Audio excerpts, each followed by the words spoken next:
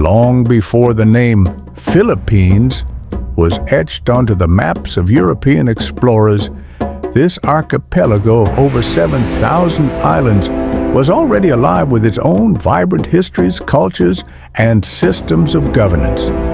Let us travel back in time. Before the Spanish galleons arrived, before Magellan planted a cross on Cebu, and before the islands were united under a colonial name, to the rich and complex world of the pre-colonial Philippines. Inhabited by Austronesian-speaking peoples for thousands of years, the islands were home to diverse ethno-linguistic groups. From the Ifugao of the highlands, who carved majestic rice terraces, into the Cordilleras, to the seafaring Samabajao of the southern seas, each community adapted to its geography and environment in unique ways. Societies were mostly organized into small, kinship-based communities known as barangays, a term derived from balangay, the ancient boats used by early settlers to navigate the seas. A barangay typically consisted of 30 to 100 families, and each was led by a datu, a chieftain whose leadership was based on wisdom, bravery, and lineage. While many barangays functioned independently, some grew into more powerful political entities through trade, diplomacy, and warfare. These larger formations became known as rajahnates, sultanates, and confederations, each with its own hierarchy, military, and trade networks. By the 13th century, the Rajanate of Cebu had emerged as a powerful kingdom. Founded by Sri Lumai, a prince of Tamil origin from the Chola dynasty of southern India, Cebu became a thriving port with extensive trade connections to China, Borneo, and the Malay Peninsula. The Raja was both a political and spiritual leader, overseeing trade, law, and ritual. To the north in Mindanao, the Rajanate of Butuan rose to prominence. Butuan was famous for its gold and skilled goldsmiths. The Chinese Song dynasty recorded diplomatic missions from Butuan as early as 1001 AD, with emissaries bringing tribute to the Chinese emperor. Archaeological finds, including the ancient barangays excavated from Butuan, attest to the kingdom's advanced maritime culture and craftsmanship.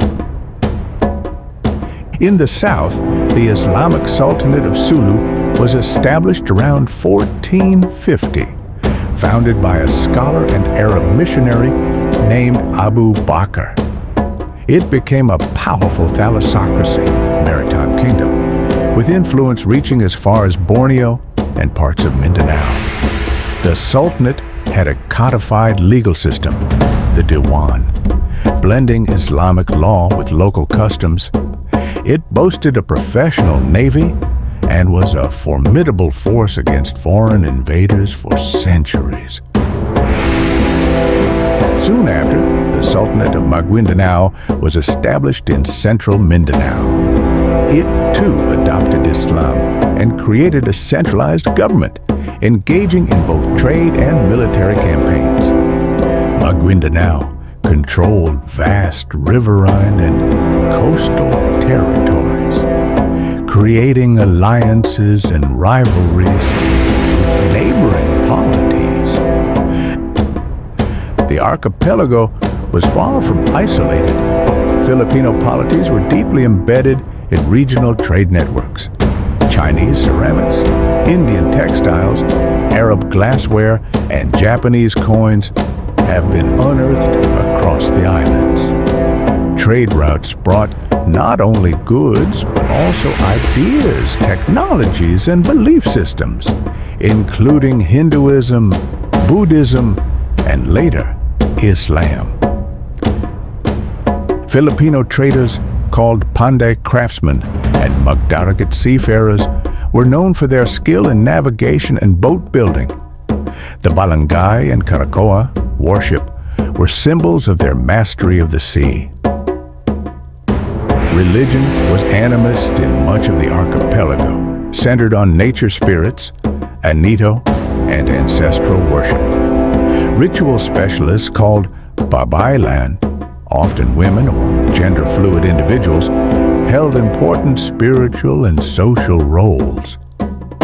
They mediated between the material and spiritual worlds, conducted healing, and presided over ceremonies.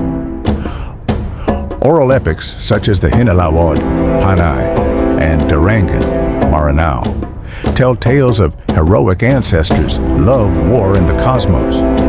These were not mere stories, but repositories of communal identity and memory. Society was stratified but mobile.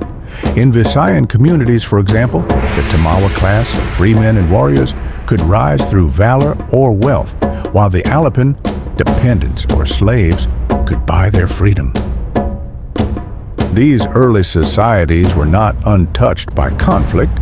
Inter-barangay warfare was common, and slave raiding was part of the maritime economy. Yet these conflicts also forged alliances and diplomatic marriages and prepared the people for future resistance. When the Spanish arrived in the 16th century, they encountered not primitive tribes, but organized polities with their own laws, leaders, and histories. The resistance of Lapu-Lapu, a datu of Mactan, against Magellan in 1521 was not a mere tribal skirmish. It was a political statement by a sovereign leader protecting his domain. The story of the pre-colonial Philippines is one of diversity, complexity, and vitality. It is a story of independent communities and sophisticated kingdoms, of trade and tradition, of art and belief. While colonization would reshape the islands in an attempt to erase much of this past, echoes of these ancient cultures live on, in language, in folklore, in customs, and in the spirit of the Filipino people. Before it was the Philippines, it was a world of its own.